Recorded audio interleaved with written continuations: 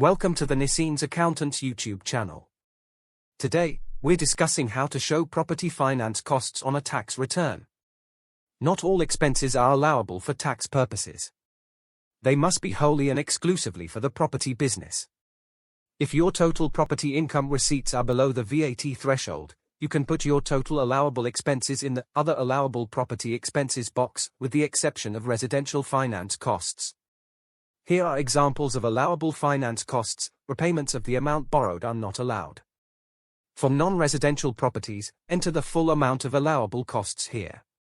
Don't show any residential finance costs on this page. On the Profits and Losses for Other Property Income tax return page, enter all your residential finance costs. In the next box, show any residential finance costs that you've brought forward from earlier years. Please note, you may not be able to show the full amount. Check the Help About guidance for what to include. For further guidance and assistance with your tax matters, call us for a free consultation at 01217714161 or visit our website at www.naseems.co.uk. Subscribe for more valuable insights, and we look forward to assisting you in the future.